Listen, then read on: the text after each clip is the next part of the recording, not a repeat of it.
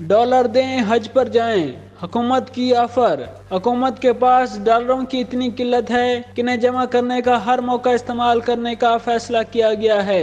وزارت مذہبی امور نے فیصلہ کیا ہے کہ امریکی ڈالر میں حج کی فیس جمع کروانے والوں کے لیے 25% اسپیشل کوٹا رکھا جا رہا ہے۔ صرف یہی نہیں، امریکی ڈالر میں فیس جمع کروانے والوں کو قرعہ اندازی میں شامل نہیں ہونا پڑے گا، یعنی ڈالر دیں اور اپنا حج پکا کرائیں۔ حکام کے مطابق ڈالر کی بیرونی ریمیٹنس کی شکل میں بھی فیس جمع کرائی جا سکتی ہے۔ وزارت مذہبی امور کے ذرائع کے مطابق وزارت خزانہ نے واضح کر دیا ہے کہ حکومت کے پاس حج کے درکار 2 ارب ڈالر دستیاب نہیں ہوں گے۔ ذرائع کے مطابق حکومت نے پرائیویٹ آپریٹرز کے لیے حج کوٹا 40% سے بڑھا کر 50% کیا ہے، جس میں مزید اضافے کا امکان بھی موجود ہے۔ گورنمنٹ اسکیم کے تحت حج زائرین سے اس سال 11 لاکھ روپے فی حج وصول کی جائے گی، تاہم روپے کی قدر میں مزید کمی ہوئی تو یہ رقم 13 لاکھ روپے پر بھی جا سکتی ہے۔